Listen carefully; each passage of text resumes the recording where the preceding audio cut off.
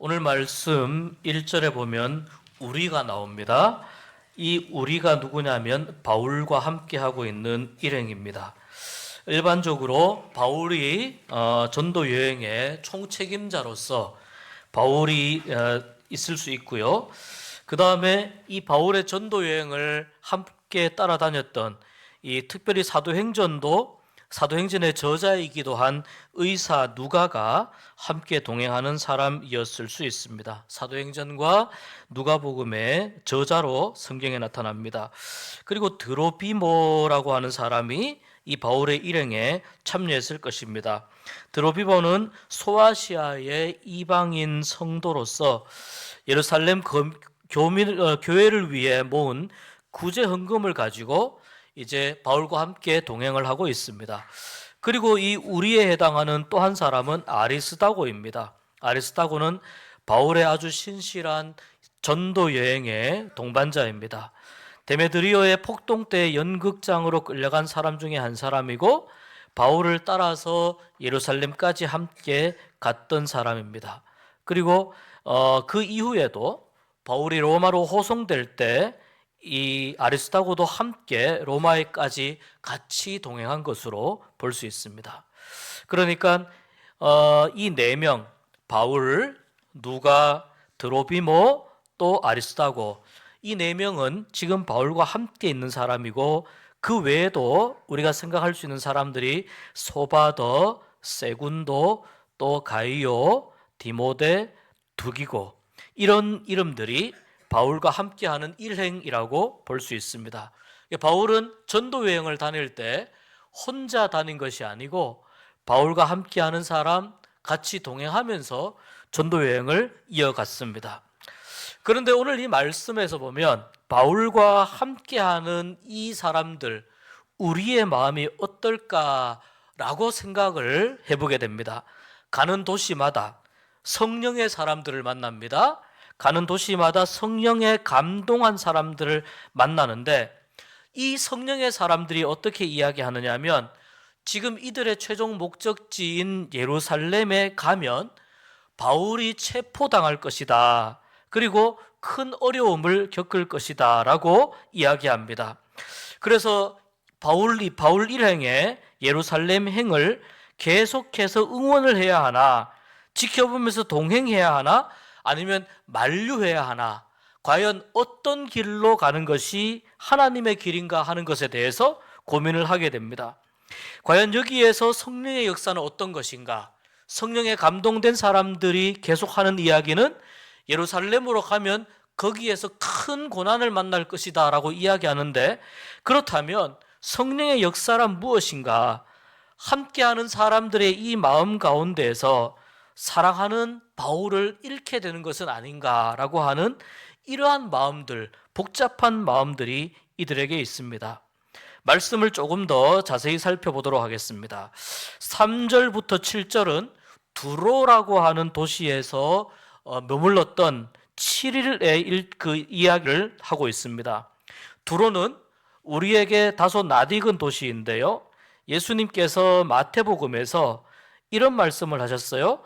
회개하지 않는 도시들을 책망할 때 시돈과 함께 짝이 되어 언급되었던 도시가 두로입니다. 예수님이 하신 말씀이 화 있을진저 고라시나 벳세다야, 너희에게 행한 모든 권능을 두로와 시돈에서 행하였더라면 그들이 벌써 베옷을 입고 제에 앉아 회개하였으리라. 내가 너희에게 이르노니 심판날에 두로와 시돈이 너희보다 견디기 쉬우리라. 이 두로와 시돈은 이방인들의 도시입니다. 근데 예수님께서 고라신, 벳세다, 아주 애틋한 마음을 가지고, 사랑하는 마음을 가지고 많은 기적을 베풀었던 이 고라신과 벳세다의 사람들은 그 많은 기적을 보고서도 회개하지 않았다는 거예요. 하나님께로 돌이키지 않았다는 거예요.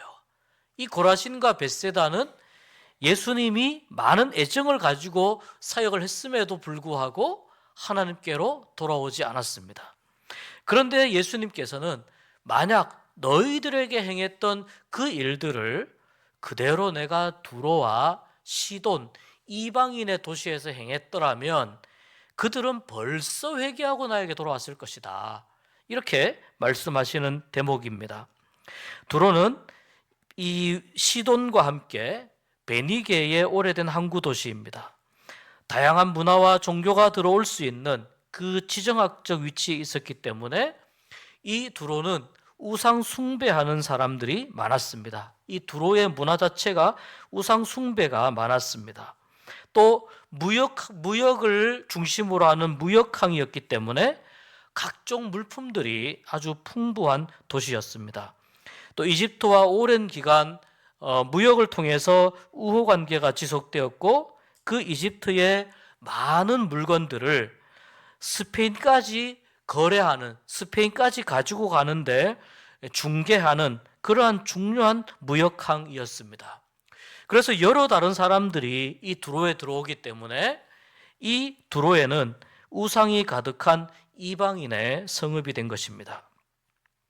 그런데 정말 예수님의 말씀처럼 이 두로에 바울 일행이 가니까 거기에 신기하게도 예수님을 따르는 제자들이 있더라는 겁니다.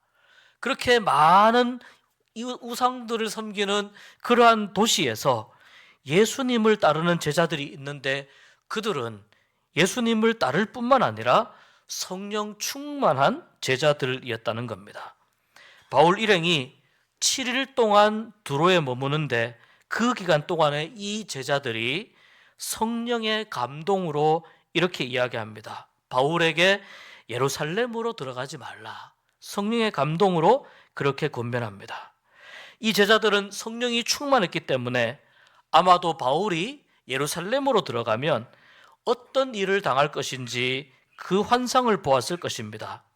또는 바울이 어떻게 될 것이라고 하는 성령의 음성을 들었을 것입니다. 바울도 성령 충만한 사람들이었지만 두로에 있는 예수님의 제자들 또한 성령 충만하고 성령에 사로잡힌 사람들이었습니다. 그런데 이 바울은 성령 충만한데 예루살렘으로 가려고 하고 제자들은 가지 말라고 만류합니다. 과연 어떤 길이 하나님이 원하시는 길이고 하나님이 기뻐하시는 길인가에 대한 고민을 할 수밖에 없는 대목입니다. 그런데 여기에 중요한 신앙의 원리가 있는데요. 해석의 차이가 날 수 있다는 거예요. 사람마다 저마다 해석의 차이가 날 수 있다는 거예요. 같은 성령이 임하시고 같은 성령이 역사하시고 같은 말씀을 보고 듣고 같은 음성을 들어도 어떤 관점에서 보느냐에 따라서 해석의 차이가 존재합니다. 베드로가 예수님에게 주는 그리스도시요 살아계신 하나님의 아들이십니다 고백한 이후에 예수님의 고난과 죽음에 대한 말씀을 듣고 절대로 그리 될 수 없다고 반응하였을 때 예수님은 베드로를 심각하게 책망하셨습니다. 심지어 사탄아, 너는 나를 넘어지게 하는 자로다. 베드로에게 이렇게 강하게 말씀하신 적이 있습니다. 베드로가 예수님을 덜 사랑해서 그런 말을 한 것이 아닐 겁니다. 오히려 베드로는 다른 어떤 제자들보다 더 예수님을 사랑했지만 예수님의 말씀과 지금의 상황을 해석함에 있어서 자기 중심적으로 해석했기 때문에 들은 책망입니다. 자기 중심적이라고 하는 말은 인간적으로 해석했다, 이렇게도 볼 수 있는 부분입니다. 성령이 충만하고 다양한 은사를 경험했다 하더라도 성령의 감동으로 살아가는 사람이라 하더라도 말씀이나 상황을 자기 중심적으로, 즉 인간적으로 해석을 하면 오히려 하나님의 일을 그르치게 됩니다. 오늘 두로에 있었던 이 제자들 또한 누구보다도 바울을 사랑하는 사람들이었습니다. 그래서 바울이 겪을 고난을 미리 보고 바울 일행을 걱정하고 그가 앞으로 감당할 더 큰 사역이 있다고 믿었기 때문에 바울에게 예루살렘으로 가지 말라, 거기에는 고난이 기다리고 있으니 그쪽으로 가지 말라 아마 권면했을 것입니다. 두 번째, 우리가 신앙의 원리는 믿음의 본질이 무엇인가라고 하는 겁니다. 믿음의 본질은 우리 자신과 하나님과의 관계를 아는 데에서부터 출발합니다. 우리는 피조물이며 하나님의 자녀이고 하나님의 백성입니다.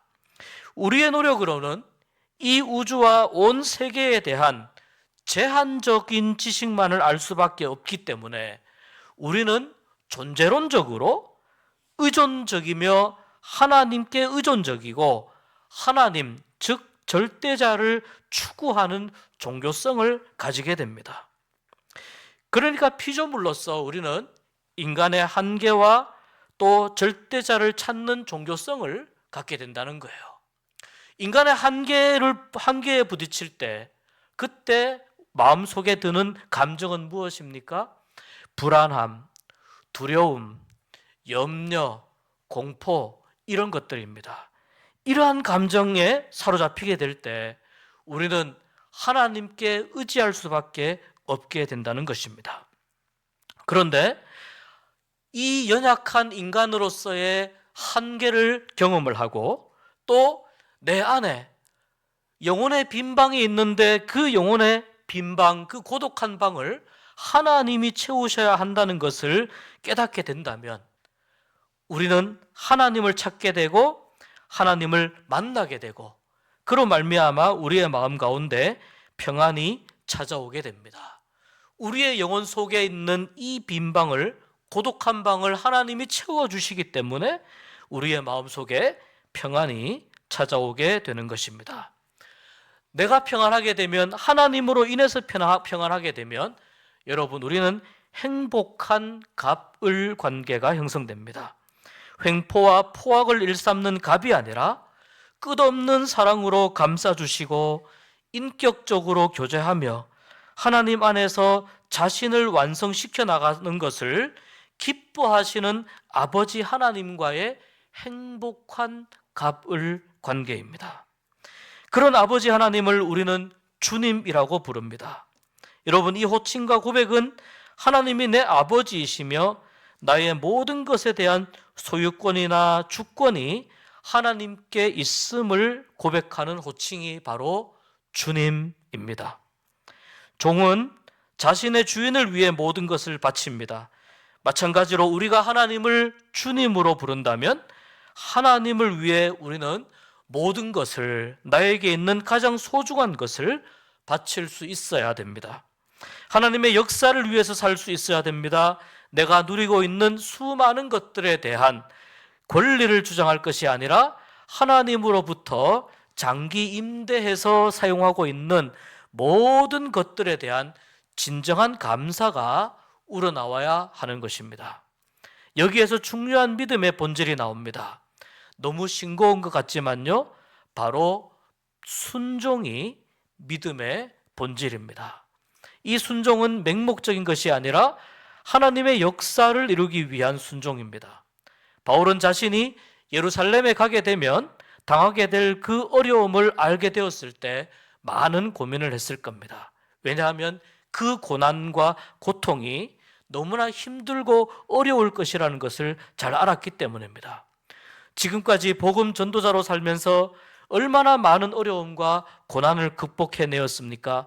그런데 이제 예루살렘이 목적지인데 예루살렘으로 가면 지금까지 겪었던 그 어려움과 고난과는 비교할 수 없는 전혀 다른 차원의 고난을 겪어야 한다고 생각하니 바울 또한 마음이 몹시 무겁고 두렵고 갈등되었을 것입니다.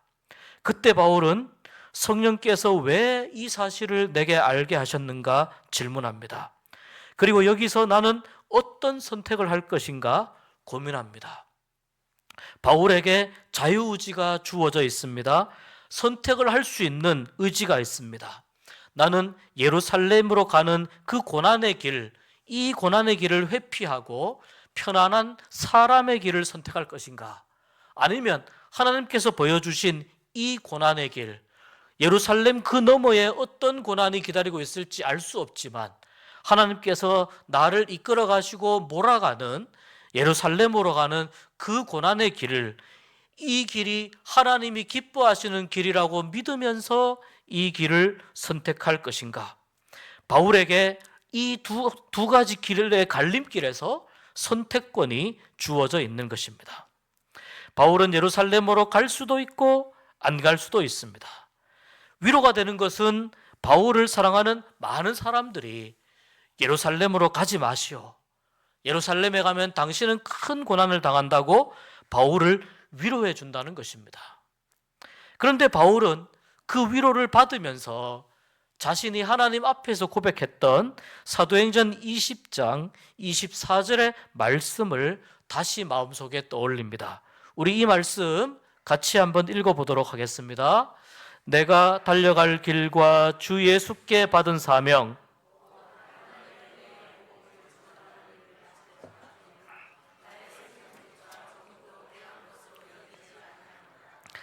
나의 달려갈 길과, 어떤 길을 달려간다는 거예요?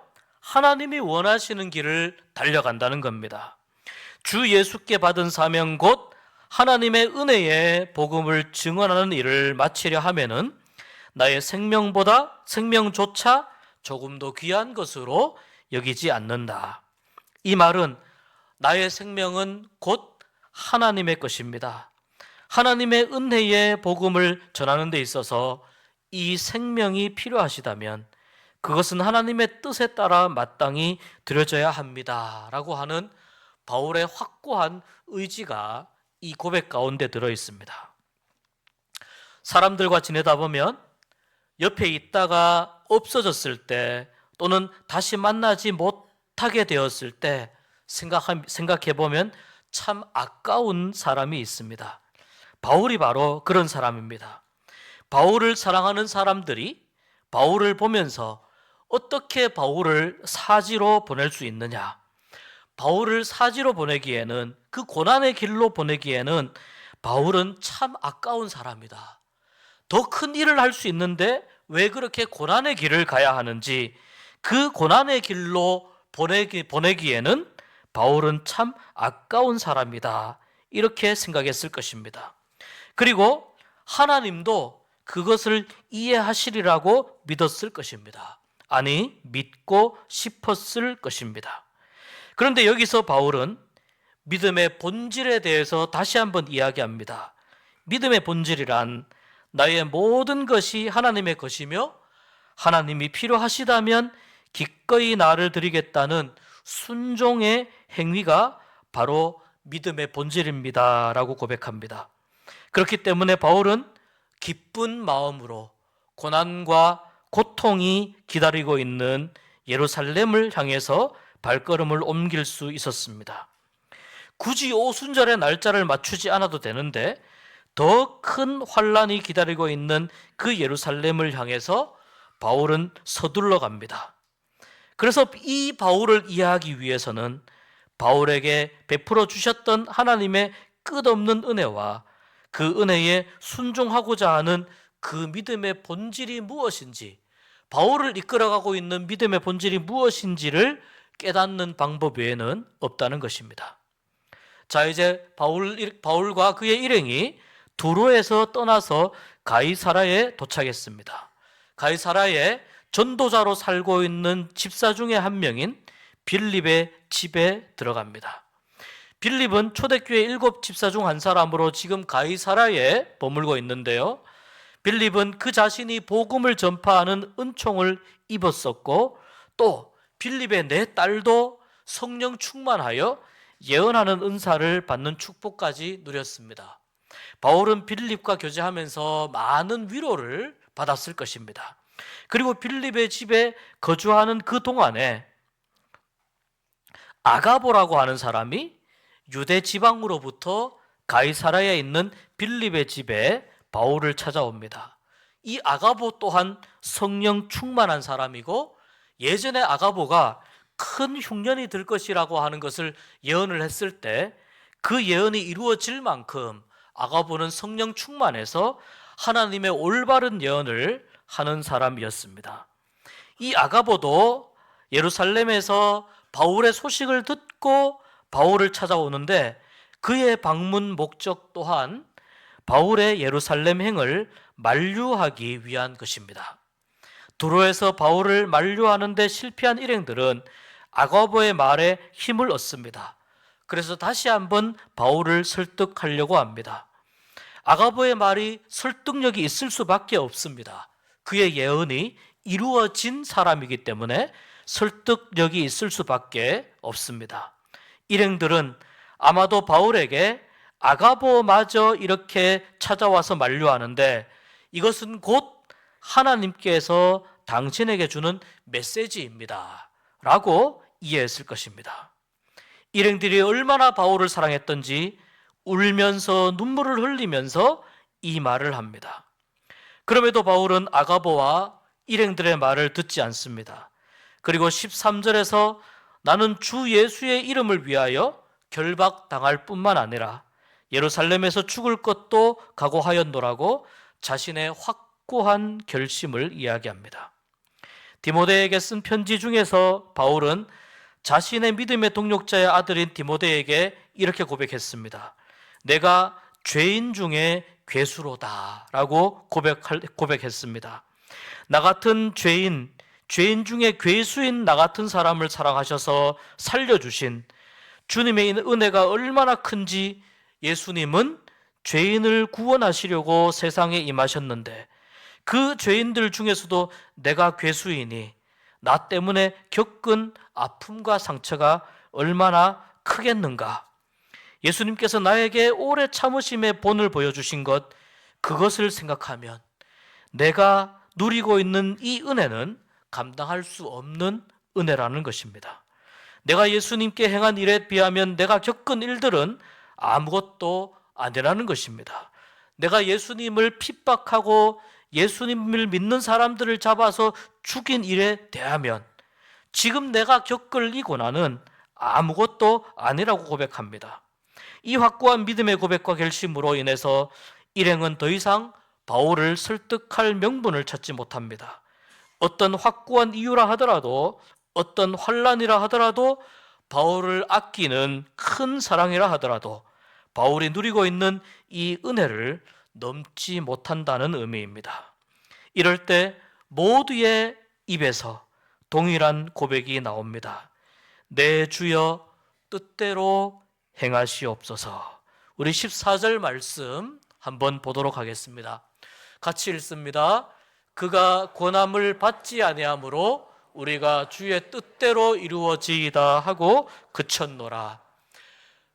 바울이 예루살렘에 가지 말라고 하는 그 권면을 받지 않으므로 우리가 주의 뜻대로 이루어지길 원합니다 라고 대화를 마무리 지었습니다. 1618년에서 1648년까지 독일에서는 개신교도들과 천주교도들 간에 치열한 전쟁이 일어났는데요. 이 전쟁을 세계사에서 30년 전쟁이라고 이야기합니다. 30년 동안 전쟁을 치르느라 이 전쟁으로 독일은 완전히 엉망이 되었습니다. 당시 독일의 인구가 약 1600만 명이었다고 하는데 그 인구 중에 약 1000만 명이 사망하는 참혹한 결과가 일어났습니다.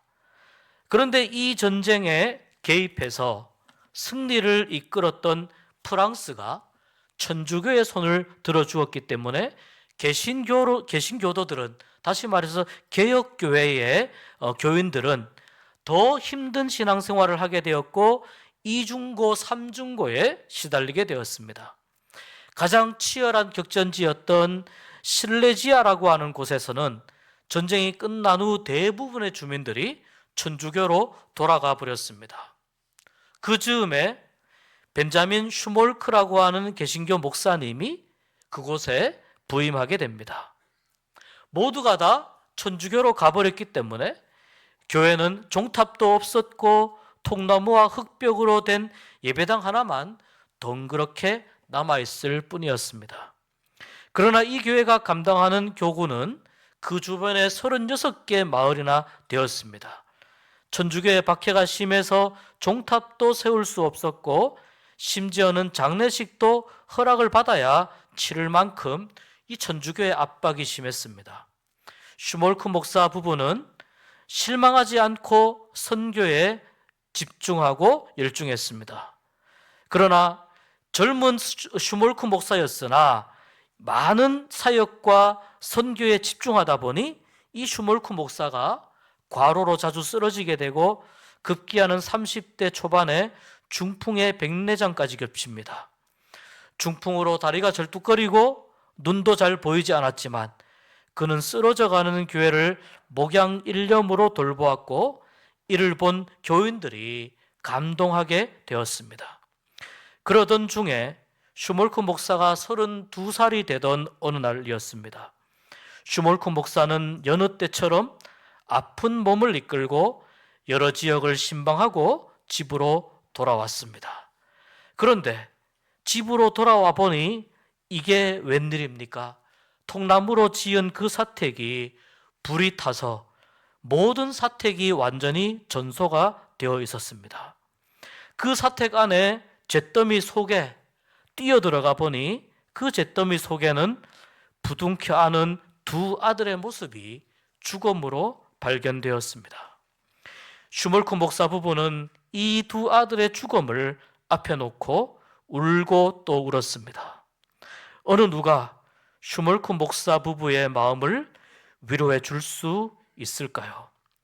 이 애절한 상황 가운데에서 슈몰크 목사는 절규하며 끝끝내 하나님을 저버리지 않고 믿음을 고백하면서 기도합니다.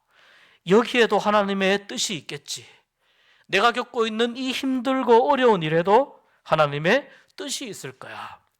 그러면서 슈몰크 목사는 찬송시를 하나 쓰는데 그 찬송시가 바로 우리가 부르는 찬송 549장 내 주여 뜻대로 행하시옵소서입니다.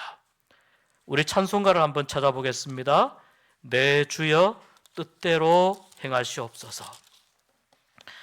온 몸과 영혼을 다 주께 드리니 이 세상 고락간 주 인도하시고 날 주관하셔서 뜻대로 하소서.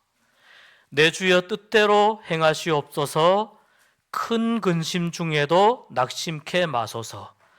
주님도 때로는 울기도 하셨네. 날 주관하셔서 뜻대로 하소서. 내 주여 뜻대로 행하시옵소서.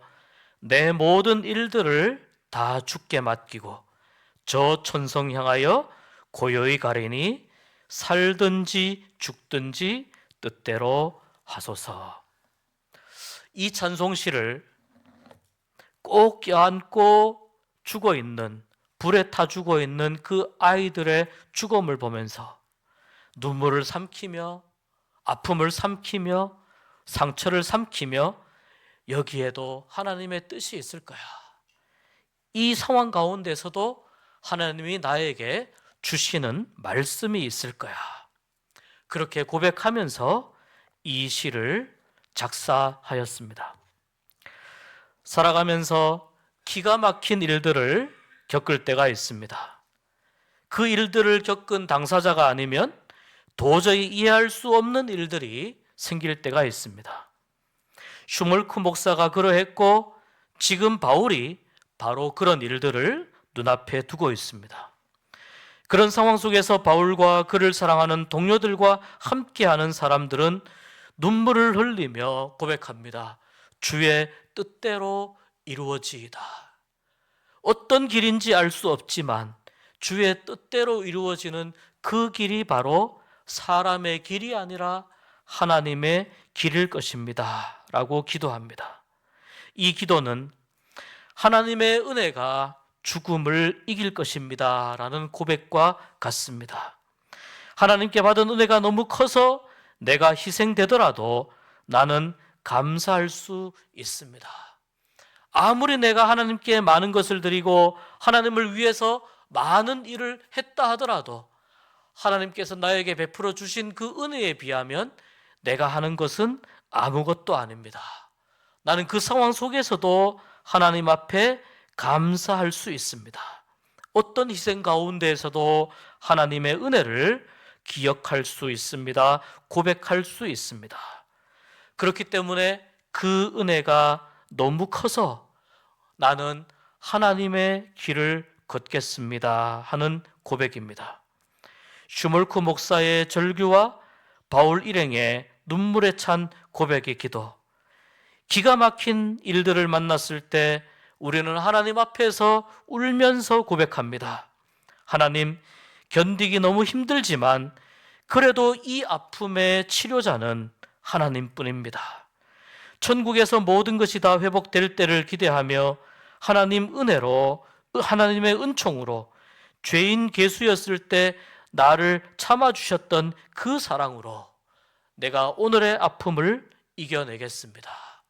죄인 개수로 살았던, 죄의 진흙탕 속에서 살았던 나를 집어내어 건져내어 구원해 주셨던 그 은혜로 내가 만나는 아픔들, 내가 만나는 고난들, 내가 만나는 그 어떤 어려운 일이라 하더라도 구원의 은혜로 인내하고 견디며 살겠습니다.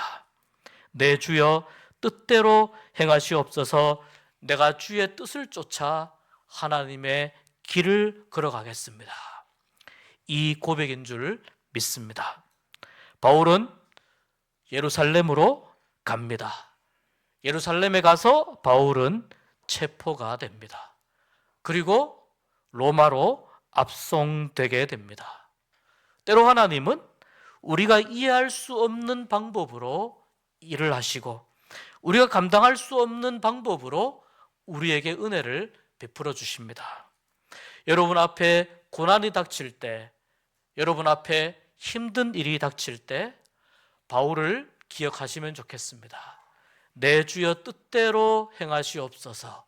내가 주의 뜻을 따라 하나님이 기뻐하시는 길을 걸어가겠습니다. 이 고백으로 어떤 고난도 어떤 역경도 이겨내는 은혜를 누리며 살아가실 수 있는 여러분 모두가 되시기를 주의 이름으로 축복합니다.